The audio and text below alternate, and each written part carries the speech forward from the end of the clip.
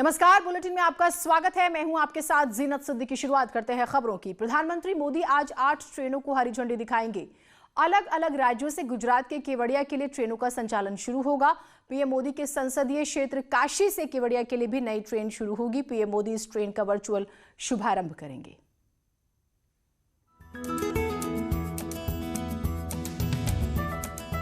PM Modi Kashi और गुजरात की जनता को बड़ी सौगात देने जा रहे हैं। काशी से केवड़िया के लिए एक नई ट्रेन शुरू होने जा रही है, जिसको काशी केवड़िया एक्सप्रेस ट्रेन नाम दिया गया है। गंगा से नर्मदा को जोड़ने वाली चलाई जा रही इस ट्रेन को Narendra Modi virtually Varanasi cantt station से हरी झंडी दिखाकर रवाना करेंगे। केवड़िया में दुनिया की सबसे बड़ी मूर्ति स्टैच्यू ऑफ यूनिटी है। सरदार वल्लभ भाई पटेल की याद में ये मूर्ति बनाई गई है।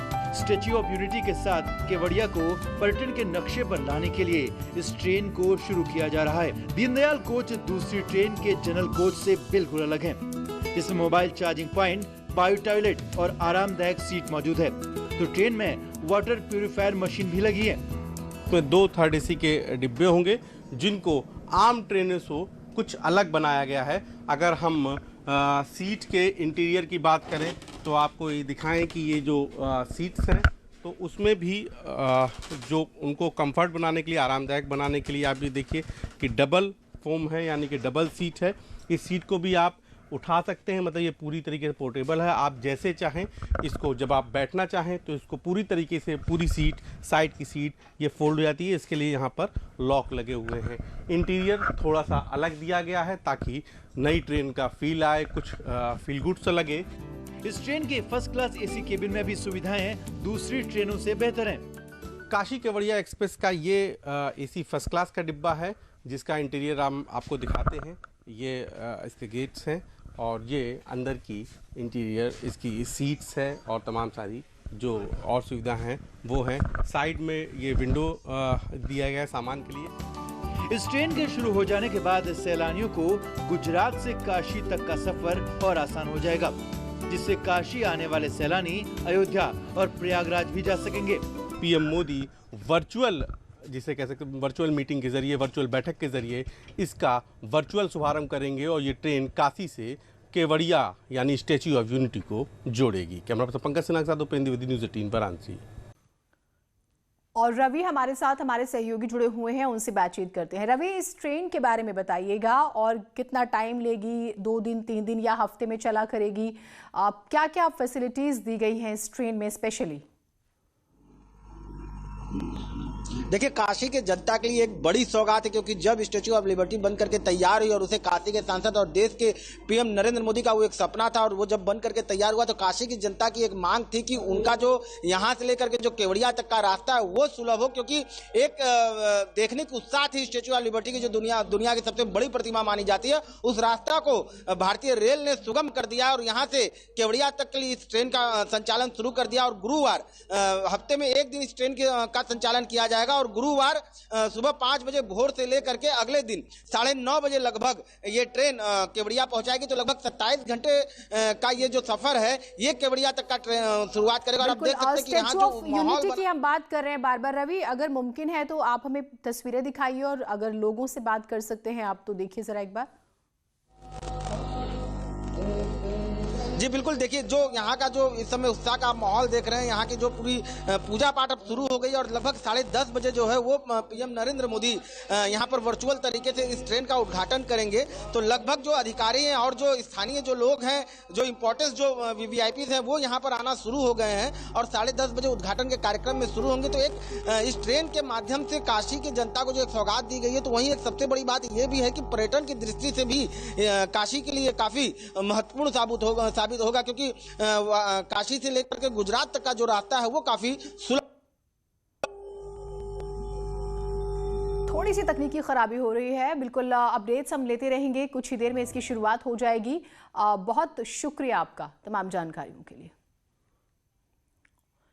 लखनऊ से एक बड़ी खबर आ रही है। इसी बीच दो गुटों में बमबाजी हो गई है। लखनऊ के आईटी चौराहे पर यह बमबाजी हुई और इसके बाद सनसनी फैल गई।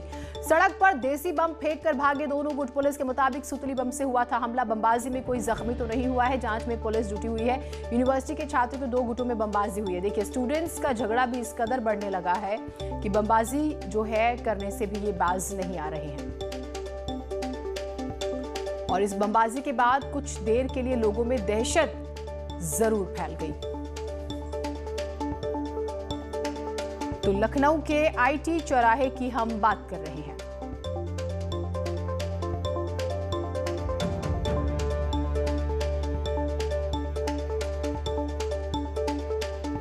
लोग डरे सहमे जो इस बारे में बता रहे हैं। पुलिस का कहना है कि सुतली बम का इस्तेमाल हुआ। तो हो सकता है कि एक सिर्फ खौफ दिखाने के लिए, एक स्टाइल के लिए, डर बिठाने के लिए ऐसा किया गया। लेकिन पुलिस जो है इस मामले में जानकारी और जुटा रही है। ऋषभ हमारे साथ जुड़े हुए हैं। ऋषभ, पूरी खबर बताइएगा। जी देखिए, लखनऊ यूनिवर्सिटी के दो छात्र गुटों का मामला बताया जा रहा है। परसों रात को भी सुभाष हॉस्टल के बाहर सड़क पे बम फोड़े गए थे। कल देर रात बताया जा रहा है दो छात्र गुट आमने सामने आ गए। उसके बाद उन्होंने एक दूसरे के ऊपर सड़क पर ही बम फेंके हैं। पुलिस मौके पर पहुंची है और मामले में जांच कर रही है। ठीक, बहुत शुक्रिया आपका तमाम जानकारियों के लिए। तो फिलहाल अभी जांच की जा रही है। उधर सोनभद्र में तो भूत प्रेत के चक्कर में चाकू से हमले से मौत का मामला सामने आया। यहां पन्नूगंज क्षेत्र के बभनगवा गांव में अंधविश्वास का मामला सामने आता है और गांव के ही शख्स ने अधेड़ महिला पर चाकुओं से हमला कर दिया और हुआ ये कि महिला की मौत हो जाती है।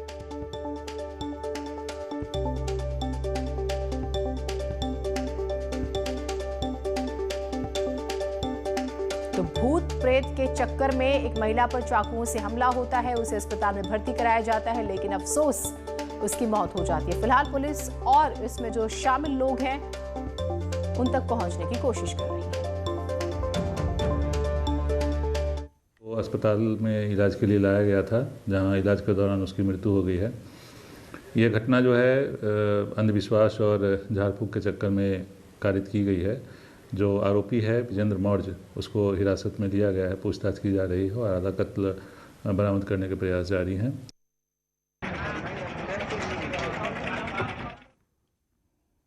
अमित हमारे साथ, अनूप हमारे सहयोगी जुड़े हुए हैं। बताइएगा जरा, क्या अंधविश्वास के चक्कर में ये हमला होता है, क्या कहा गया था?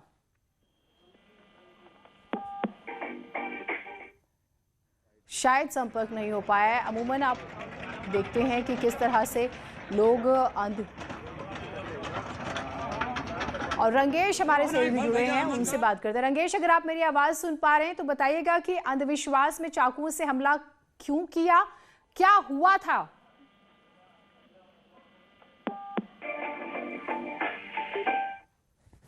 चलिए, संपर्क नहीं हो पा रहा है, बात करने की हम कोशिश करेंगे। लेकिन अंधविश्वास की वजह से एक महिला की जान चली गई है।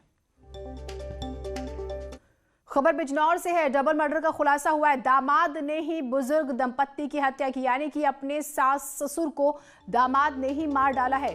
पारिवारिक कलह की वजह से हत्या की आशंका है। फिलहाल पुलिस मामले की जांच में जुटी हुई है। तो जैसे सुबह ये खबर आती है और क्योंकि दामाद जख्मी मिलता है, तो देखिए बड़े शातिराना तरीके से आरोप लग रहा है कि उसने पहले अपने सास ससुर की हत्या की, क्योंकि पत्नी से विवाद चल रहा था और वो उससे अलग होकर अपने माता पिता के पास आ गई थी और ये आया हुआ था, ये कहा जा रहा है। उसके बाद झगड़ा हुआ, इतना बढ़ गया कि इसने अपने सास ससुर पे चाकुओं से हमला किया, उनकी मौत हो जाती है और फिर खुद को भी जख्मी कर लिया, ये भी कहा गया। फिलहाल पुलिस इन्वेस्टिगेशन कर रही है, आरोप दामाद पर ही लगा है।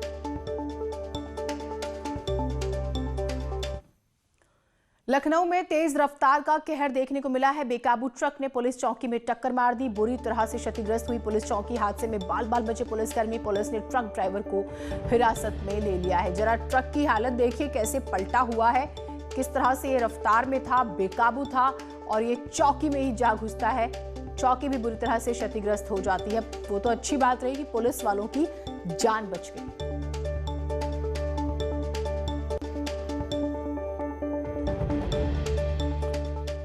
मुख्यमंत्री योगी आदित्यनाथ आज झांसी में स्ट्रॉबेरी फेस्टिवल की शुरुआत करेंगे। सीएम योगी वर्चुअली इस फेस्टिवल की शुरुआत करने वाले हैं। दरअसल इस फेस्टिवल को शुरू करने के पीछे गुरलीन चावला की मेहनत है। गुरलीन चावला ने अपने परिवार के साथ मिलकर टेरेस गार्डन पर स्ट्रॉबेरी की खेती शुरू की, जहां स्ट्रॉबेरी की अच्छी फसल हुई। इसके बाद उन्होंने बड़े पैमाने पर स्ट्रॉबेरी की खेती की।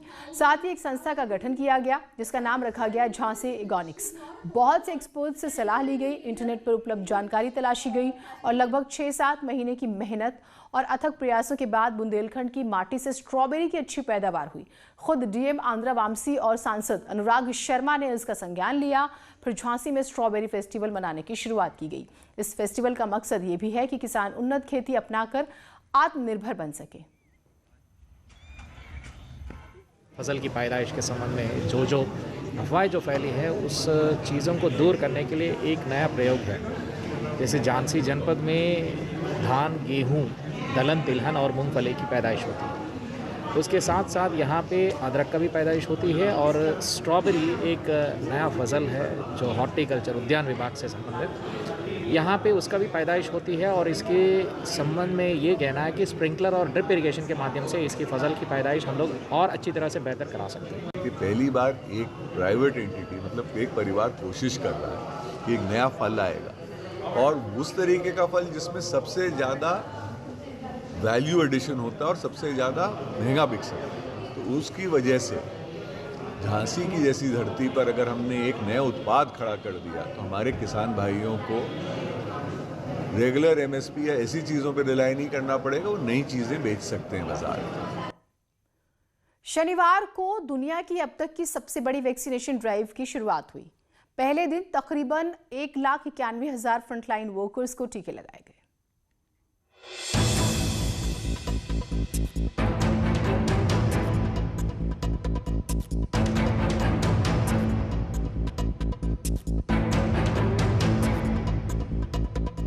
सर्वे भवन्तु सुखिनः के मंत्र के साथ कोरोना वैक्सीन अभियान की शुरुआत हुई। इस अवसर पर प्रधानमंत्री मोदी ने संबोधित करते हुए कहा कि इतिहास में इस प्रकार का और इतने बड़े स्तर का टीकाकरण अभियान पहले कभी नहीं चलाया गया। हमारे वैज्ञानिक, हमारे एक्सपर्ट्स जब दोनों मेड इन इंडिया वैक्सीन की सुरक्षा और प्रभाव को लेकर आश्वस्त हुए, तभी उन्होंने इसके इमरजेंसी उपयोग की अनुमति दी है। इसलिए देशवासियों को किसी भी तरह के प्रोपेगेंडा, अफवाहें, दुष्प्रचार से बचकर रहना है। पहले चरण में 3 करोड़ फ्रंटलाइन वर्कर्स का टीकाकरण होगा। दूसरे चरण में 30 करोड़ लोगों को वैक्सीनेशन का टारगेट रखा गया है। स्वास्थ्य मंत्री डॉक्टर हर्षवर्धन ने कहा कि जब 50 साल से ऊपर की उम्र के लोगों को वैक्सीन लगेगी तब वो टीका लगवाएंगे। मेरी बारी आएगी जब 50 साल से ऊपर के लोगों को सारे देश को मिलेगा, तो मैं भी अपनी बारी का इंतजार करूंगा। उत्तर प्रदेश में पहले दिन 317 केंद्रों पर करीब 32,000 लोगों का वैक्सीनेशन हुआ। नोएडा में बीजेपी सांसद डॉक्टर महेश शर्मा ने अस्पताल में वैक्सीन लगाई। लखनऊ के इंतजामों का जायजा लेने खुद मुख्यमंत्री पहुंचे और वैक्सीन पर भ्रम फैलाने वालों को आड़े हाथ लिया।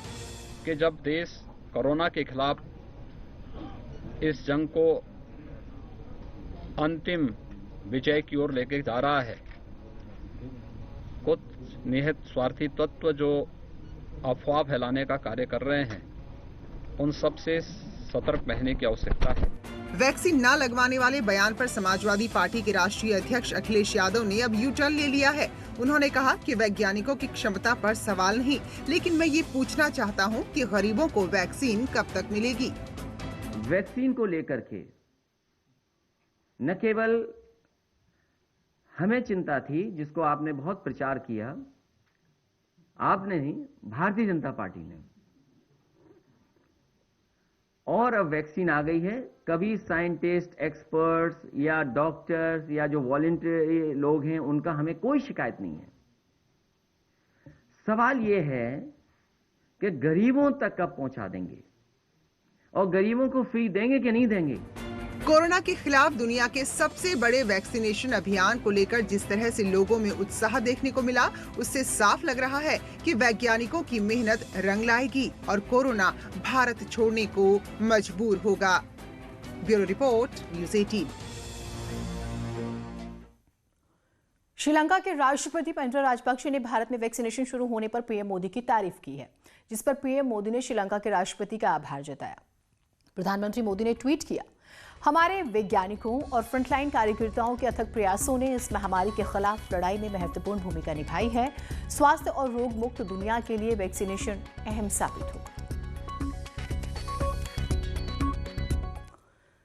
वैसे अखिलेश यादव के वैक्सीन को लेकर सवाल पूछे जाने पर डिप्टी सीएम केशव प्रसाद मौर्य ने नाराजगी जताई। कहा कि अखिलेश इसी तरह बचकाने बयान देते रहे तो उनकी क्रेडिबिलिटी कम हो जाएगी। यादव जी के बचकाना बयान, इतने वरिष्ठ नेता हैं, एक पार्टी के राष्ट्रीय अध्यक्ष हैं, उत्तर प्रदेश जैसे देश के सबसे बड़े प्रदेश के मुख्यमंत्री की कुर्सी पर 5 वर्ष तक रहे हैं। वह जब ऐसी हल्की बातें करते हैं तो मुझे लगता है कि उनकी तुलना श्री राहुल गांधी जी से होने लगेगी। और बड़ी खबर आ रही है कि प्रदेश में गौ संरक्षण केंद्र बनेंगे। यूपी के 16 जिलों को इसके लिए चुना गया है।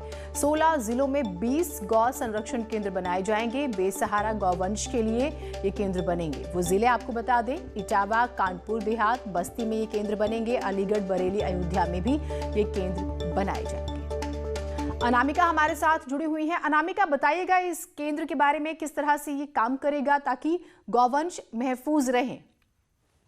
देखिए, पिछले दिनों कुछ तस्वीरें ऐसी आई थी जिसको लेकर प्रियंका गांधी ने भी सरकार पे हमला बोला था, ट्वीट करके, और ये नाराजगी बताई थी कि सरकार जो है वो गायों के संरक्षण के लिए काम नहीं कर पा रही है। हालांकि इसके पहले से सरकार की ये योजना थी जिसको अब अमली जामा पहनाया जा रहा है। उत्तर प्रदेश के 16 जिलों में 20 गौ संरक्षण केंद्र जो है उसको मंजूरी दे दी गई है और इन संरक्षण केंद्रों के लिए जो धनराशि है, यानी जो बजट है, वो भी दे दिया गया है। प्रयास ये है कि अंबेडकर नगर, हरदोई, बहराइच और फतेहपुर में 2 गौ संरक्षण केंद्र और बाकी अन्य जिलों में 1 गौ संरक्षण केंद्र बनेंगे। प्रयास सरकार का ये है कि इसके जरिए जो भी पशु हैं जो खेतों में जाते हैं, फसलों को नुकसान पहुंचाते हैं या जिसकी वजह से उनको मारा भी जाता है, कम से कम उनके लिए केंद्र ऐसा बनाया जाए जहां पर वो जब तक चाहे रह सके, और कम से कम जब पशु किसी काम के नहीं रहते, दुधारू नहीं रहते, तो उन्हें आमतौर पर लोग छोड़ देते हैं। ऐसे लोग गाड़ी के नीचे भी आ जाते हैं और फसलों को नुकसान भी पहुंचाते हैं। तो ऐसे गायों के जीवन यापन के लिए, रख रखाव के लिए गौ संरक्षण केंद्र बनाने की सरकार की योजना है, जिसको लेकर सरकार ने 60 लाख रुपए की धनराशि जारी कर दी है। ठीक, बहुत शुक्रिया आपका तमाम जानकारियों के लिए। एक छोटे से ब्रेक के लिए रुक रहे हैं, कहीं